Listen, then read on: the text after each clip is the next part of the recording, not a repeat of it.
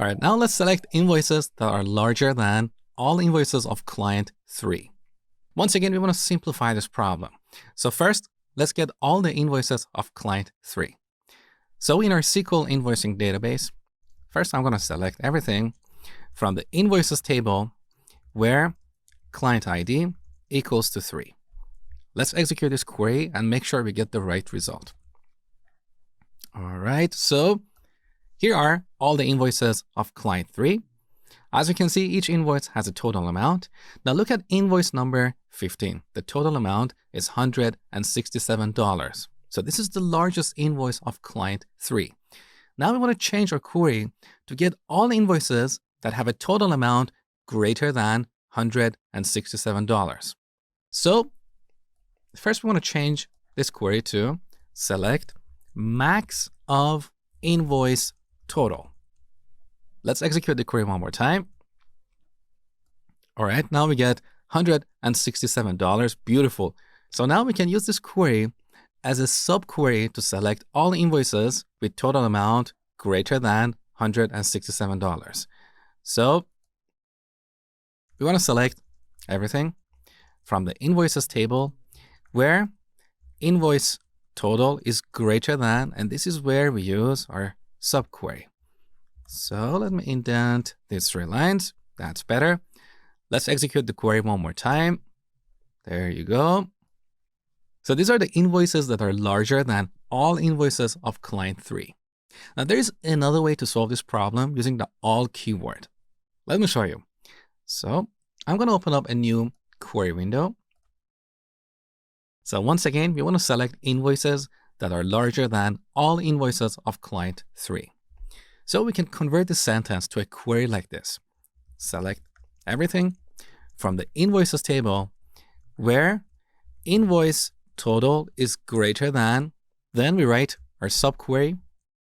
Here we want to select the total amount for all invoices of client 3. So select invoice total from invoices where client ID equals to 3. However, when we run this query, instead of getting one value, we're going to get multiple values because client 3 has multiple invoices. Let's take a look. So there you go. These are the total amounts for all invoices of client 3. Now in this query, we want to select invoices that have a total amount greater than all these values. So we prefix our subquery with the keyword all. When we give this query to MySQL, first it will execute this subquery. This subquery returns a list of values like this. Let me just temporarily delete this and show you the amounts. Like $150, $130, $167, and so on, right?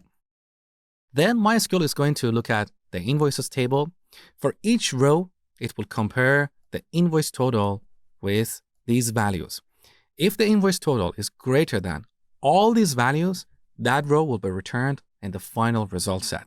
So this is how the all keyword works. Now I'm going to revert this back to what we had earlier. So here's what you need to take away. Sometimes your subqueries return a single value. Sometimes they return a list. Sometimes they return a table. In our first implementation, our subquery returned a single value. That was the max of invoice total for client number 3. When we execute this query, we get $167. So in our main query, we can compare invoice total with $167. In contrast, in the second implementation, our subquery returns a list of values. In this case, if we don't add the all keyword here, MySQL will not be able to compare invoice total with all these values. So that is why we'll have to prefix this subquery with the all keyword. So these 2 implementations are interchangeable. Wherever you have the all keyword, you can rewrite that query using the max aggregate function.